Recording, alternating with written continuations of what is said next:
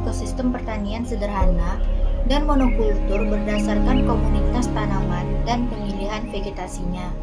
Selain itu, ekosistem yang berada di sawah bukanlah ekosistem alami, tetapi sudah berubah sehingga sangat rentan terjadi ledakan populasi di daerah tersebut.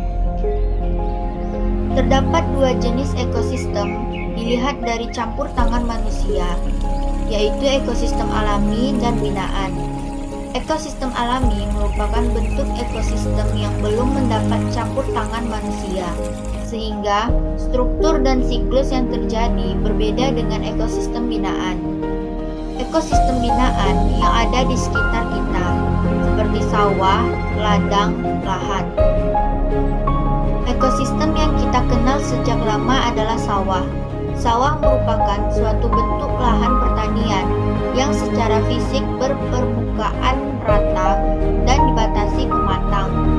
Mayoritas digunakan untuk bercocok tanam padi. Komponen ekosistem sawah. Ekosistem secara umum terdiri dari dua kelompok dasar, yaitu komponen biotik dan komponen abiotik.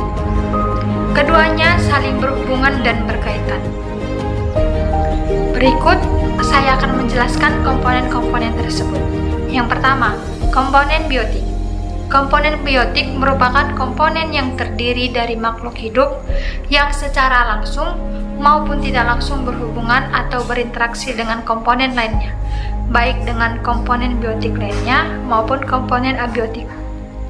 Komponen biotik yang sering dan secara umum dapat kita temui pada agroekosistem sawah, yaitu tanaman produksi, contohnya padi, jagung. Kedua, organisme pengganggu, contohnya capung, tikus, dan manusia. Masing-masing dari komponen biotik yang saya sebutkan memiliki fungsi dan pengaruh serta dampak bagi siklus energi yang ada pada ekosistem sawah. Kedua, komponen abiotik. Komponen abiotik merupakan komponen yang berkebalikan dengan komponen biotik.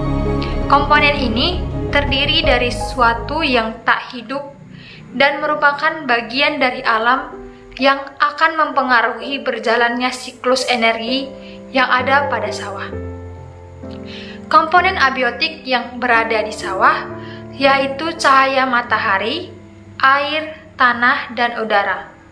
Masing-masing komponen tersebut sangat penting bagi keberlangsungan siklus hidup yang ada di sawah. Keadaan umum lahan persawahan. Seperti kita ketahui bahwa lahan persawahan itu dapat kita lihat atau kita temukan di beberapa daerah di Indonesia yang biasa pada umumnya masyarakatnya masih mengolah untuk memenuhi kehidupan sehari-hari.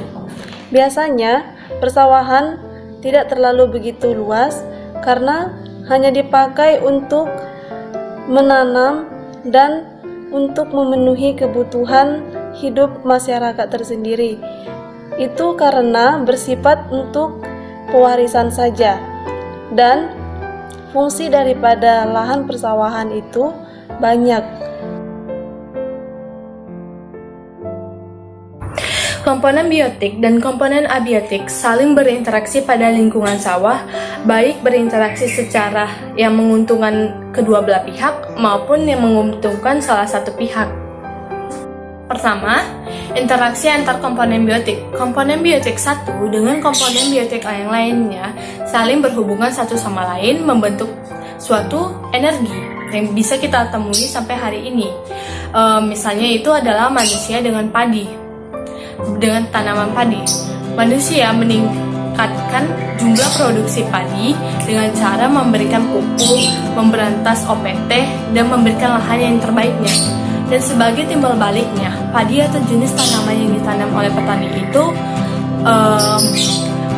akan menghasilkan jumlah produksi yang sepadan dengan apa yang telah diusahakan oleh petani tersebut sebelumnya.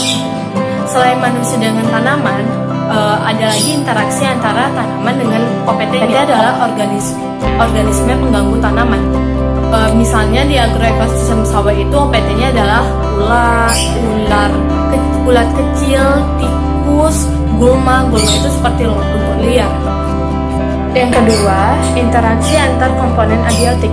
Komponen abiotik merupakan komponen dasar yang membentuk suatu ekosistem, khususnya pada agroekosistem sawah, yang menjadi tempat observasinya. Interaksi yang terjadi antar komponen abiotik ini bisa kita lihat antara interaksi tanah dengan air, tanah dengan sinar matahari, air dengan sinar matahari. Interaksi antara tanah dengan air merupakan salah satu bentuk kerjasama yang menguntungkan sebab tanah sangat membutuhkan air. Terlebih lagi keadaan tanah sawah itu harus menggenang atau harus selalu tergenangi air. Ketiga, interaksi antara komponen abiotik dan komponen biotik. Interaksi antara komponen biotik dengan abiotik yang di sawah yang dapat kita lihat adalah interaksi antara tanah dan tanaman. Tanah merupakan media tanam yang penting di sawah, karena tanaman produksi itu sangat membutuhkan unsur hara. Unsur hara itu terdapat dalam tanah. Baiklah, selanjutnya saya akan membahas tentang siklus ekosistem sawah. Siklus ekosistem sawah terbagi menjadi 9. Yang pertama itu ada padi. Padi merupakan sumber energi utama dalam ekosistem sawah, sehingga berperan sebagai produsen. Habitat dari padi sendiri adalah di rawa atau ladang berair. Yang kedua adalah belalang. Belalang menduduki posisi konsumen tingkat 1 pada ekosistem sawah karena belalang memakan tanaman padi. Habitatnya adalah di sawah dan redungnya adalah di tanaman padi dan rumput. Selain sebagai konsumen tingkat 1, belalang juga menjadi sumber energi bagi predatornya, misalnya katak. Oleh karena itu, belalang juga membantu dalam menjaga keseimbangan antar organisme yang ada di sawah, sehingga tidak terjadi ledakan populasi. Yang ketiga adalah katak. Katak berperan sebagai konsumen sekunder atau konsumen tingkat 2. Habitatnya adalah di tempat yang lembab. Relungnya adalah di atas tanah, rerumputan atau celah di pematang sawah atau tebing saluran air. Yang keempat adalah ular. Ular merupakan konsumen tingkat 3 di sawah. Habitat dari ular adalah sawah, sedangkan relungnya adalah di dalam tanah. Bila masih banyak ular di sawah dan ladang, kita tidak usah berburu tikus, karena mereka akan bisa membunuh sekitar 10.000 ekor tikus 1 tahun. Peran ular ini sangat membantu, karena dapat menekan jumlah populasi tikus yang menyerang padi. Perbandingan sawah dengan sistem lain. Yang pertama, sawah dengan ladang palawija.